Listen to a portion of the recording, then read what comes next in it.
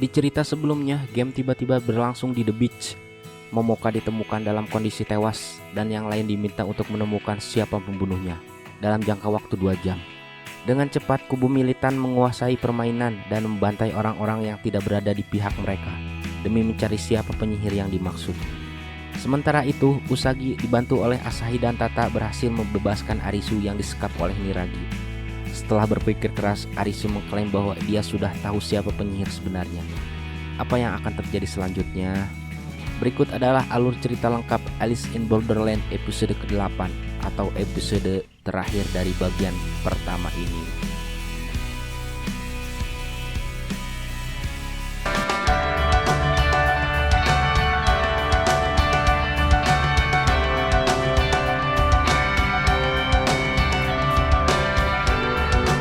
Di lobi, pengikut kubu militan dan penghuni The Beach yang tersisa saling berhadapan. Aguni memerintahkan anak buahnya untuk membunuh mereka semua. Kendati demikian, beberapa di antaranya sudah tidak mau lagi melakukannya. Melihat hal itu, Aguni marah dan mengancam akan membunuh mereka jika tidak mau menembaki penghuni The Beach. Arisu dipapah oleh Usagi dan Tata tiba-tiba muncul. Ia meminta agar Aguni dan kawan-kawan bekerja sama dengannya untuk mencari penyihir yang dimaksud. Bukannya mengiyakan, Aguni justru tanpa basa-basi menghajar Arisu.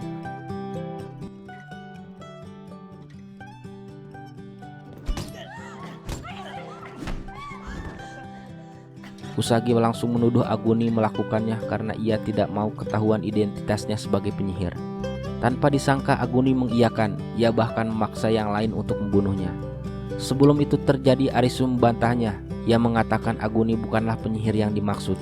Ia kembali menjelaskan bahwa yang mereka hadapi adalah game bertipe hati. Arisu lalu melanjutkan bahwa yang telah dibunuh oleh Aguni bukanlah Momoka, melainkan Heather. Semuanya terkejut mendengarnya. Arisu yakin akan dugaannya itu karena melihat tatapan Aguni yang kosong. Sama seperti saat dirinya pasca melewati game Hide and Seek yang menewaskan Karube dan Chota. Kendati demikian, Arisu heran kenapa baru sekarang Aguni menginginkan penghuni The Beach dibantai. Faktanya, dengan Aguni dan kelompoknya yang sejak awal memiliki akses terhadap persenjataan, mereka bisa kapan saja mengambil alih The Beach. Tidak harus menunggu sekarang. Hal itu membuat Arisu yakin bahwa di balik semua itu sebenarnya Aguni dan Heather saling bersahabat. Aguni sengaja menjadi pimpinan kubu militan bukan untuk menantang Heather, sebaliknya untuk menjaga agar orang-orang di sana tidak menjatuhkan Heather. Yang diinginkan Aguni hanyalah agar Heather bisa kembali seperti sedia kala, tidak gila kekuasaan seperti saat ini di The Beach. Dalam kilas balik terlihat bahwa Aguni sebenarnya tidak setuju dengan aturan ketiga dalam The Beach yang dicetuskan Heather. Di malam setelah Heather memainkan game terakhirnya, Aguni menemui Heather. Ia merasa Niragi dan kawan-kawan sudah semakin sulit dikontrol. Aguni ingin agar mereka membubarkan The Beach. Heather tidak setuju, ia merasa tidak ada yang salah dengan The Beach. Sebaliknya, ia justru menganggap Aguni sebagai pengkhianat yang harus dibunuh. Begitu tahu Heather mengeluarkan pistolnya, secara refleks Aguni menghindar dan menembak Heather terlebih dahulu. Arisu melanjutkan hasil analisanya. Pasca membunuh Heather, Aguni dipenuhi rasa bersalah. Di saat ada kesempatan, ia melampiaskannya dengan memerintahkan pembantaian The Beach. Aguni menganggap bahwa orang-orang itulah yang telah membuat sahabatnya berubah. Arisu lalu memberitahu bahwa sebenarnya ada solusi di mana tidak ada seorang pun yang mati. Meski belum yakin 100%, Arisu menduga bahwa penyihir yang dicari selama ini adalah Momoka sendiri. Aguni merespon dengan tendangan ke perut Arisu. Ia kembali menyatakan bahwa dirinya lah penyihir yang sebenarnya. Untuk memancing orang-orang di sana agar membunuhnya, Aguni menyerbu ke arah kerumunan dan menyerang mereka. Orang-orang berusaha untuk menahannya.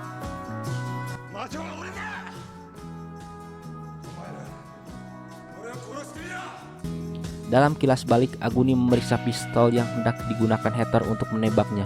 Ia terkejut mendapati pistol tersebut ternyata kosong. Tidak ada peluru satupun di dalamnya. Di tengah kekacauan, Asahi tiba-tiba menghampiri Arisu dan Usagi. Ia mengatakan bisa menghentikan Aguni agar yang lain punya waktu untuk membawa tubuh Momoka ke api unggun. Tanpa disangka, Asahi melangkah ke tengah lobi, lalu berteriak lantang menyatakan dirinya lah adalah dealer dari permainan tersebut. Saat kemudian, sinar laser dari angkasa menembus kepalanya. N kemudian tiba di lobi bersama dengan Kuina. Ia mengumumkan hasil identifikasi sidik jari di pisau, di mana memang benar bahwa Momoka melakukan bunuh diri. Tidak ada orang lain yang membunuhnya. Dengan sisa-sisa tenaganya, Arisu meminta Aguni untuk menghentikan semuanya. Ia tahu bagaimana perasaan Aguni, namun tidak seharusnya Aguni melampiaskan rasa frustasinya pada orang-orang yang masih hidup. Ia harusnya tidak memandang remeh mereka semua yang telah berjuang demi bertahan hidup. Suasana mendadak hening pasca perkataan Arisu. Di saat itulah mereka baru menyadari bahwa api sudah menjalar hingga ke lobi hotel. Beberapa orang lalu mendekati tubuh Momoka dan hendak membawanya ke api unggun. Tanpa disangka, 2 buah tembakan menewaskan 2 orang di antaranya. Pelakunya adalah Niragi yang masih bisa selamat meski tubuhnya penuh luka bakar. Dengan penuh amarah, ia berniat untuk membunuh orang-orang yang tersisa dan memenangkan game tersebut. Kondisi di lobi kembali panik, semuanya berusaha kabur untuk menyelamatkan diri. Usagi dan Arisu sempat berusaha untuk melumpuhkan Niragi, namun usaha mereka gagal. Sebaliknya mereka kini berada di ujung tanduk. Di saat Niragi hendak menembak mati Arisu dan Usagi, dari samping datang Aguni yang berlari kencang ke arah Niragi. Tembakan Niragi yang mengenai tubuhnya tidak dipedulikan sama sekali. Aguni lantas menerjang Niragi dan keduanya hilang di balik kobaran api. Dengan waktu permainan yang sudah mendekati akhir, En, Kuina, dan beberapa orang lainnya lanjut membopong tubuh Momoka dan meletakkan di api unggun. Arisu sendiri sempat menemukan ponsel milik Asahi di tubuhnya.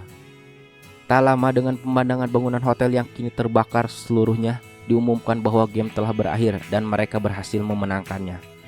Usagi sempat emosi saat melihat beberapa anak buah Niragi. Mengetahui hal itu, salah satu di antaranya hendak bunuh diri dengan pistol yang ia bawa. Tidak diduga pistol tersebut ternyata sudah kosong. Arisu berhasil mencegah dan menenangkan amarah Usagi. Yang terpenting adalah mereka semua selamat. Chishia mengambil kartu 10 hati yang ada di meja lobi. Kuina menyusul mengampirinya. Chishia mulai ragu bahwa kartu-kartu tersebut bisa membawanya kembali, namun ia akan tetap menyimpannya. Ponsel Asahi ternyata berisi rekaman video perjalanan dirinya dan Momoka pasca insiden orang-orang menghilang. Dari video tersebut diketahui bahwa mereka direkrut untuk menjadi dealer. Tugasnya adalah memfasilitasi jalan permainannya. Terkadang mereka ikut bermain untuk mengacaukan psikologi pemain-pemain lainnya. Tidak berbeda dengan yang lain, keberadaan dealer juga terus diawasi. Mereka akan dibunuh jika mengungkapkan pada yang lain identitas mereka. Arisu dan Usagi lalu mencoba menelusuri jalur menuju markas dealer yang terekam di video tersebut.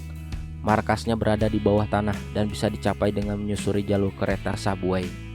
Usaha mereka berhasil, sudah ada Chishia dan Kuina di sana.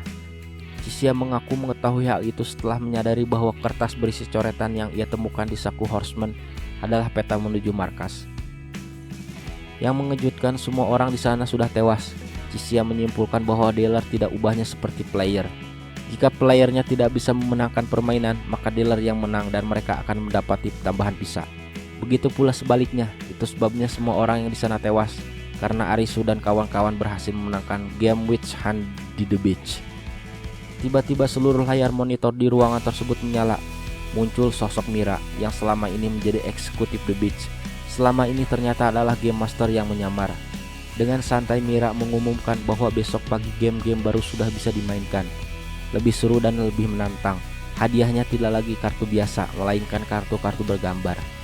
Esok harinya di udara terlihat sejumlah airship masing-masing membawa spanduk bergambar kartu J, Q, dan K dengan tipe yang berbeda.